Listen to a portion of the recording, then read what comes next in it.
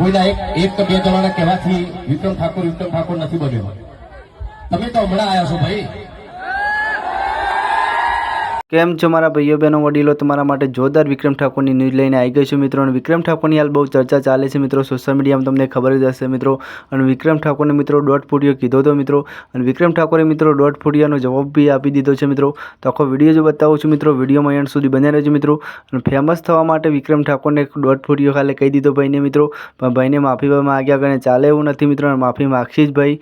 અને વિક્રમ ઠાકોરને દોઢ ફૂટિયો કીધો છે મિત્રો, અને વિક્રમ ઠાકોરે શું જવાબ આપ્યો છે મિત્રો તમને આખો વિડીયો બતાવવાનો છું મિત્રો.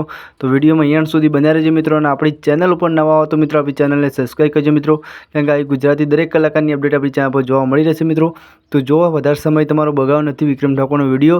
અને વિક્રમ ઠાકોરને દોઢ ફૂટિયો કહેવાનું કારણ શું છે તમને આખો વિડીયો બતાવશું. વિક્રમ ઠાકોર શું કહે છે જાણો પહેલા. વિક્રમ ઠાકોરની હાઈટ શું છે જુઓ. આ મારી હાઈટ છે. મારું નામ લઈને ફેમસ થવા નીકળ્યા હતા, પણ મારા ચાહકોએ બહુ સારો જવાબ આપી દીધો. મને અભિજીત બાપીએ કહ્યું હતું જે તે ટાઈમે કે ભાઈ આ બધું થયું એ પેલા ભાઈએ જે મારા વિશે કંઈક શબ્દો બોલ્યા, ત્યારે ઘણા બધા મીડિયાવાળા મારું ઇન્ટરવ્યુ લેવા માંગતા હતા. ત્યારે અભિજીત ભાઈએ કહ્યું કે ભાઈ તમારું આટલું નામ છે, આવા નાનો મોટો બોલા જાય તમારે કોઈ જવાબ આપવાની જરૂર નહીં. એટલે મેં કોઈને પણ એ વખતે ઇન્ટરવ્યુ નહોતું આપ્યું.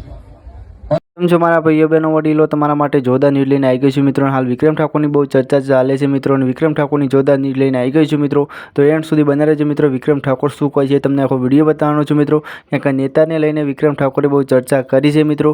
તો તમારું શું કહેવું છે બી ખાસ કોમેન્ટમાં જણાવજો મિત્રો, કારણ કે આ ગુજરાતી દરેક કલાકારની અપડેટ આવે છે મિત્રો. તો વિક્રમ ઠાકોરે શું કીધું છે જ્ઞાનીબેનને લઈને મિત્રો તમને આખો વિડીયો બતાવું છું મિત્રો. તો વિડીયોમાં એન્ડ સુધી બન્યા રહેજો મિત્રો. અને જ્ઞાનીબેનને શું કહેવા માગે છે વિક્રમ ઠાકોરે એ બી કોમેન્ટ કરીને જણાવજો મિત્રો, કારણ કે જેટલો બને એટલો વિડીયો શેર કરજો મિત્રો. તમને આ બીજો વિડીયો બતાવું છું મિત્રો, ત્યાં સુધી આ ભાગ જોઈ લો, પછી તમને થોડો વિડીયો લોન્ચ થશે મિત્રો. વિડીયોમાં એન્ડ સુધી બન્યા રહેજો મિત્રો, કે ન્યૂઝ થોડી લોબી છે મિત્રો, અને આખો વિડીયો વિક્રમ ઠાકોરનો બતાવવાનો છે મિત્રો.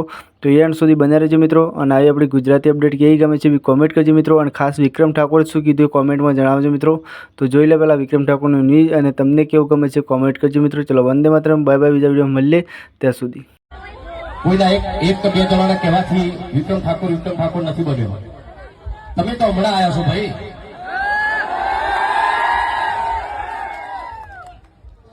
ઘણા બધા નેતાઓ એવા હતા જે સમાજની સારું સેવા કરે છે, કરતા હતા.